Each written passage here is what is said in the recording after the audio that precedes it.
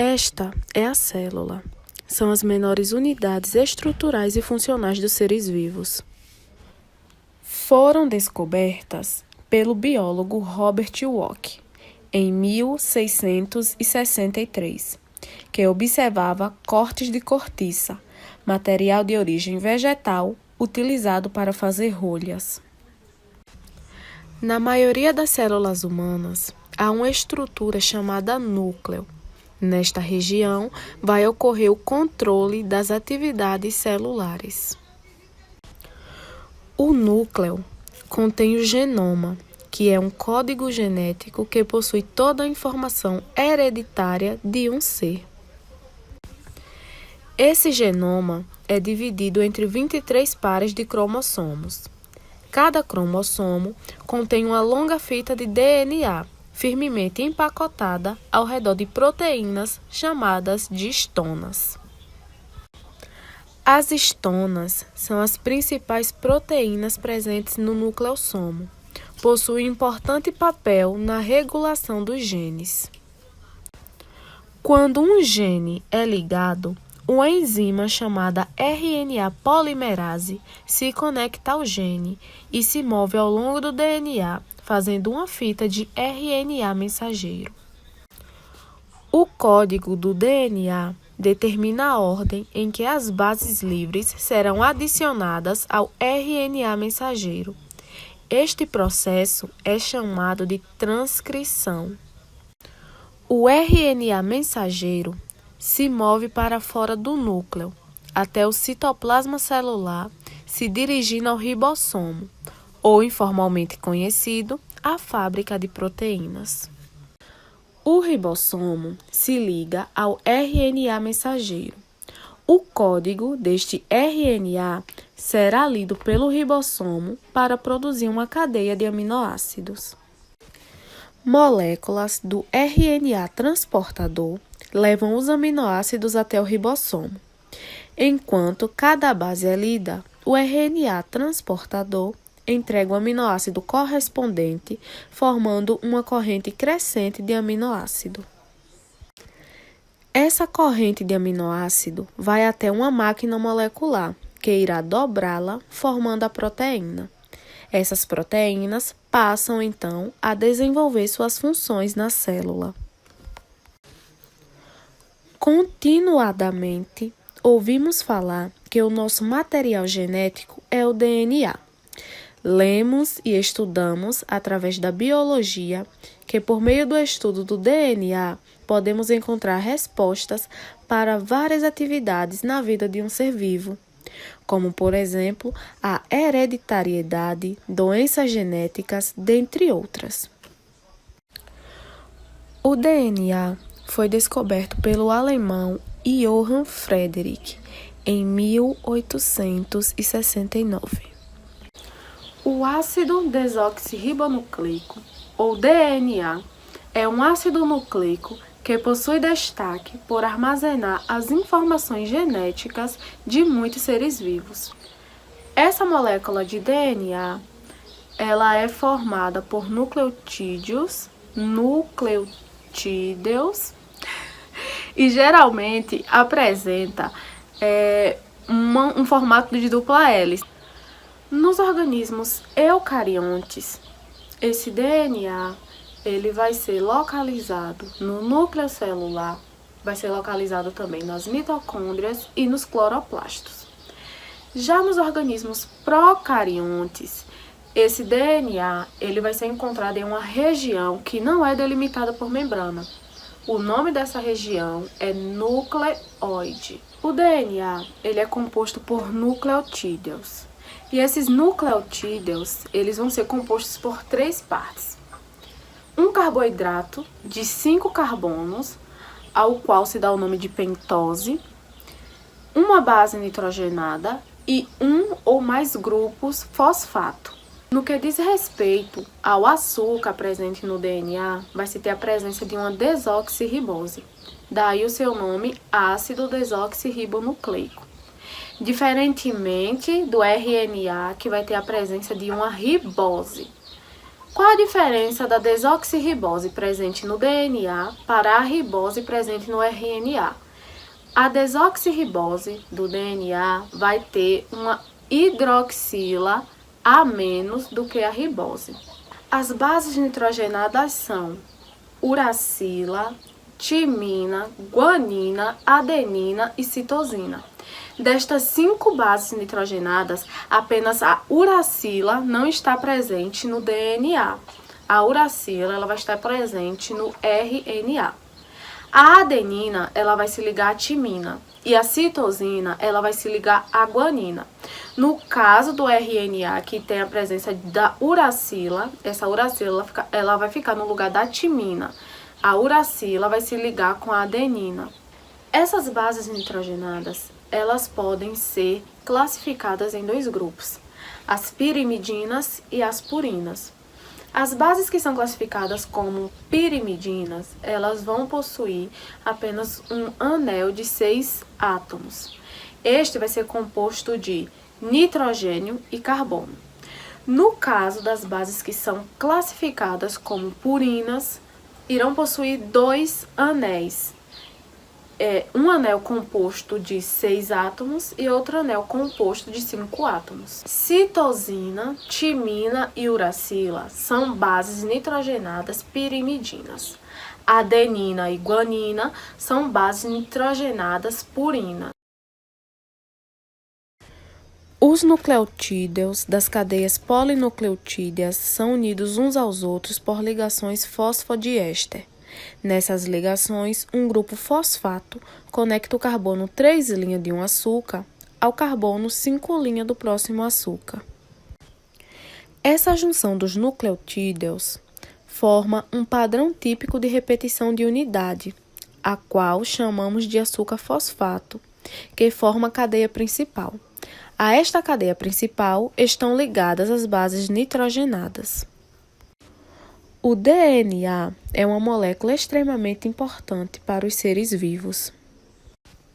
Funciona como molde para a síntese da molécula de RNA, portanto, é fundamental para a síntese de proteínas. Quando o assunto é DNA, 2 processos merecem destaque: a replicação e a transcrição. Quando falamos em replicação, referimos-nos ao processo pelo qual cópias idênticas à cópia de uma molécula de DNA são formadas.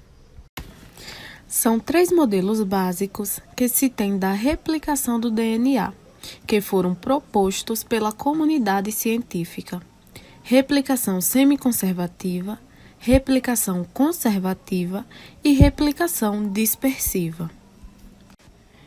Já o processo de transcrição é aquele no qual o DNA é usado para a formação de uma molécula de RNA. Nesse processo, o DNA abre-se em um ponto e uma das fitas é usada como molde para a síntese de RNA. À medida que o RNA é transcrito, o DNA é fechado novamente. Codificado no ácido desoxirribonucleico, se encontra o código genético genômico. O genoma é toda informação hereditária, codificada no DNA de um organismo, ou no RNA, no caso dos vírus. Ele é o conjunto de todos os genes de determinados seres vivos. Estudar o genoma é como estudar a anatomia molecular de uma espécie. O genoma é o conjunto de todos os genes de determinados seres vivos. O sequenciamento do DNA, ou genoma, é a técnica utilizada para determinar a ordem em que as informações, ou seja, os genes, estão colocados no genoma, o que permite obter informações sobre a linha evolutiva dos organismos. Podemos trazer novos métodos para diagnosticar doenças ou formular medicamentos e vacinas. Para podermos compreender mais um pouco sobre o assunto, irei falar sobre genes. Os genes são unidades de informações hereditárias que formam os cromossomos. Cromossomos são corpos compactos que carregam informações genéticas. formado por sequências especiais de centenas ou milhares de pares de bases nitrogenadas, como adenina, timina, citosina e guanina. São eles que determinam tanto as características próprias das espécies quanto as características próprias de cada indivíduo. Aprender sobre os genes de uma espécie pode trazer informações valiosas, produzir mais, aumentar os rendimentos de produção e gerar menos impactos para o meio ambiente. A genômica tem gerado novas ferramentas para o programa de melhoramento e, dessa forma, contribuindo para a eficiência e qualidade do produto animal, de origem animal. Pode parecer estranho para muita gente, menos para os zootecnistas, que fazem acontecer diariamente no melhoramento genético dos animais. As ciências biológicas têm grande importância na maioria dos cursos existentes, principalmente as que têm ela em sua grade curricular. Ela é extensa, pois estuda as mais diversas espécies de seres vivos existentes, como micro-organismos, animais, vegetais e diversos outros grupos de seres existentes. E um desses cursos em que aborda bastante a ciência é a zootecnia, e que a tem como base fundamental no seu campo de conhecimento, pois ela que estuda sobre os animais e diversas outras características. A identificação de uma espécie. O estudo de DNA é ainda uma descoberta pouco recente com relação às diversas outras descobertas feitas pela ciência. O primeiro estudo aconteceu no ano de 1953 por Francis Crick, James Watson e Maurice Wilkins. O que mudou totalmente os estudos com relação à compreensão de que somos formados e não somente nós seres humanos, como também para entender a formação dos animais, de como ocorre o funcionamento dos organismos que compõem todas as espécies e todas as demais espécies biológicas, se são seres celulares ou acelulares, procariontes ou eucariontes, as formas de reprodução e muito mais, e o que hoje é visto no curso de zootecnia. É através da área como botânica, zoologia, genética, ecologia e várias outras que são como ramificações da matéria e biologia, que podemos estudar em nosso curso, e não somente na zootecnia, mas em outros de maneira mais aprofundada, e conhecer mais o que realmente é essa disciplina tão vasta e sua importância. O método de PCR permite realizar várias cópias de um segmento do DNA, com rapidez e precisão em um tempo muito menor. Esse método possui 3 etapas e cada uma delas é realizada diversas vezes.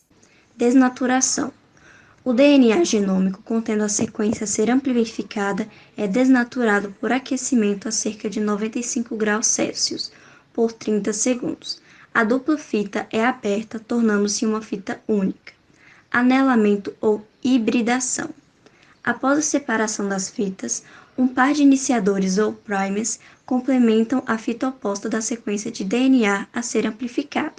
O molde é determinado pela posição dos iniciadores que se anelam a essa fita.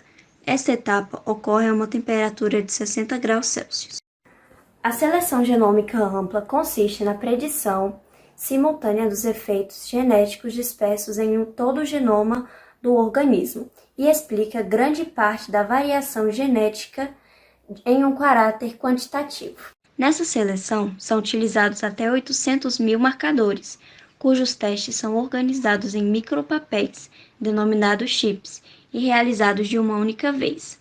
Mais do que isso, na seleção genômica não se tenta identificar quais marcadores têm efeito, mas sim ratear entre os diversos marcadores as diferenças observadas na população de referência ou de calibração.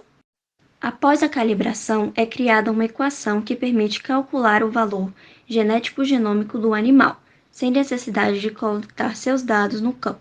Essa calibração demanda necessariamente um banco de fenótipos referentes às características a serem incluídas no processo seletivo. O método envolve 3 etapas: estimação e validação do modelo de predição dos valores genéticos dos candidatos à seleção e seleção dos genótipos baseadas nas predições. Agora nós vamos entender o que é o método Bayesiano, para que serve, como foi utilizado no artigo, quais são suas finalidades e para que ele é usado para a diferença de bovino nesse determinado artigo utilizado. Olá, agora nós vamos saber um pouco o que é o método Bayesiano. O método Bayesiano em cerne, ele consiste na avaliação de hipótese pela máxima verossimilhança de uma decorrência imediata das fórmulas de Bayes. E é fundamental no uso de métodos computacionais de inteligência artificial e também na mineralização de dados. Isso também é importante no uso e aprendizado de máquinas nas técnicas de inovação científica. Um dos artigos escolhidos pelo meu grupo teve o tema Análise comparativa entre estudo de associação genômica em bovinos das raças Hereford e Breford para resistência ao carrapato. O nome do carrapato é Rhiphosalus, que é um ectoparasita bovino. Este trabalho teve o objetivo de comparar avaliações de associação genômica ampla entre 652 animais das raças Hereford e 2.803 animais das raças Breford, genotipados para 41.045 SNP via interferência bayesiana para característica de resistência ao carrapato. Agora, nós iremos identificar como a interferência bayesiana foi executada e organizada neste artigo, como os animais utilizados foram referências no método utilizado. Primeiramente, foram utilizadas duas raças bovinas, a Braford, com cerca de 625 animais, e a Hereford, com cerca de 2.800 animais. Foram totalizados 41.000 genotipos desses animais. Depois disso, foi utilizado o método bayesiano separadamente em cada animal, para nós podermos diferenciar o genotipo de cada animal, a verossimilhança de cada animal, pois este método é utilizado para isso. Depois que nós utilizamos e vimos a diferença de cada QTL, e o que significa QTL? São regiões do genoma que diferenciam o fenotípico de cada animal. Sendo assim, foi possível identificar diferenças nessas duas raças de corte bovino. O reparo simultâneo de 41.045 marcadores SNPs pelo método Bayes resultou em valores posteriores a herdabilidades referentes a 0,16 e 0,12 para as raças Hereford e Braford. As janelas informativas selecionadas foram responsáveis por explicar pelo menos 0,2% da variância genética da característica. As porcentagens de variâncias genéticas explicadas pelas janelas, mapeadas em cada uma das raças Hereford e Braford, proposta pelo programa Jensen apresentada em ordem cromossômica. A linha contínua define o limiar 0,2%, acima do qual se sugere potenciais QTLS. As setas indicam as 3 janelas que explicaram maiores porcentagens de variâncias genéticas em cada raça. Assim, foram identificadas um total de 25 a 43 janelas de QTLS para as raças Hereford e Braford, representadas por 742 e 466 SNP. Na raça Braford, 3 janelas explicaram mais de 4% de variância genética, e na raça Hereford, as 3 janelas informativas explicaram 2,5%. Também foi observado que os parâmetros MF e TL têm maior magnitude na raça Braford, assim como maior quantidade de janelas SNPs. No entanto, os valores de MF para a raça Hereford apresentaram maior intervalo de variação entre os segmentos cromossômicos selecionados, como potenciais QTLS independente em cada raça. 17 marcadores localizados em uma janela no cromossomo 15 foram identificadas em comum em ambas. Na raça Hereford, esta janela corresponde a 0,22% da variância genética, e na Braford, 0,32%. Os valores médios de MF e TL destes 17 SNPs também foi maior para a raça Braford. Porém, também é importante lembrar que 4 dos 17 marcadores apresentam efeitos com sinais opostos entre as raças, sendo que a magnitude de pelo menos 2 destes é maior na raça Hereford. Alguns argumentos podem ser apresentados para justificar as diferenças observadas nos efeitos de substituição alélica estimado. Um desses argumentos está relacionado às diferentes frequências alélicas nas raças. Isso é verdade porque a raça Braford e Hereford sofreram um processo de seleção natural, deriva genética e seleção artificial de diferentes intensidades. Outro argumento é a influência de efeitos epistáticos, que conhecidamente interferem na expressão fenótica de características complexas. Considera-se também a necessidade de aumentar o número de animais da raça Hereford para estudos de associação genômica ampla, com o objetivo de melhorar as predições de efeitos dos marcadores. A conclusão do trabalho foi que o método Bayesiano de análise de associação ampla, aplicado em 2 raças taurinas de bovino de corte, identificou regiões cromossômicas de diferentes graus de associação, com característica entre elas. Porém, dentre os potenciais de QTL, uma janela no cromossomo 15 apresentou-se informativa em ambas as raças. Dessa maneira, é importante considerar os níveis de associação, o sinal dos efeitos dos marcadores, bem como a magnitude desses efeitos entre as raças, para fins de avaliações genômicas multirraciais. Sugere-se que, posteriormente, estudos a fim de compreender as diferentes mutações gênicas que determinam maior ou menor resistência ao carrapato. Os resultados obtidos revelam que a seleção genômica ampla poderá ter grande utilidade em relação ao melhoramento genético. Entretanto, é preciso adquirir experiência prática para poder compreender sua efetividade. Revelou também, por meio da seleção genômica ampla, a possibilidade de avaliar diretamente a segregação em nível individual e não em nível médio. Falando dos métodos que são utilizados hoje em dia, no que tange ao melhoramento genético, né, a otimização do melhoramento genético, até da quantidade de indivíduos, né, que saem de uma só vaca, por exemplo, eu digo animais de grande porte, cavalo, vaca, né, na verdade égua.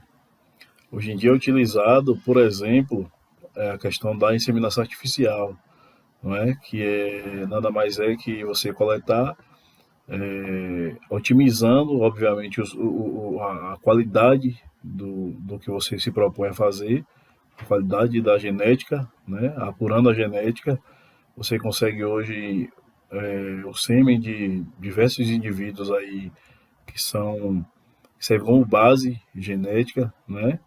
E implantando em matrizes, né, doadoras,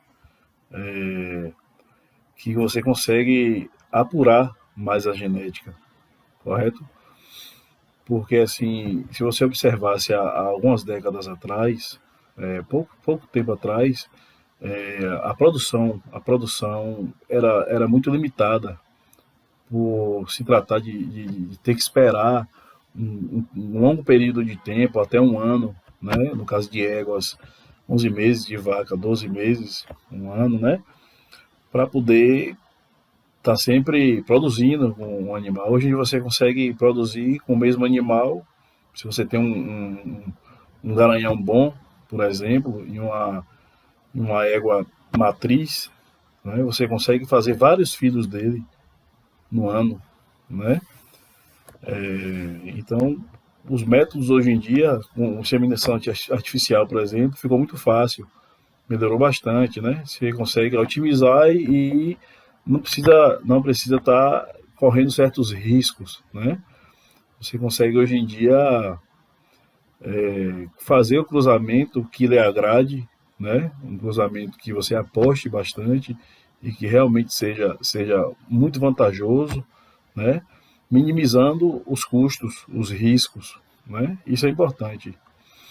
Então, se ter só um dos métodos, dos diversos métodos que tem, né? Só para que a gente pudesse ter um pouco de norte nisso aí, tá bom?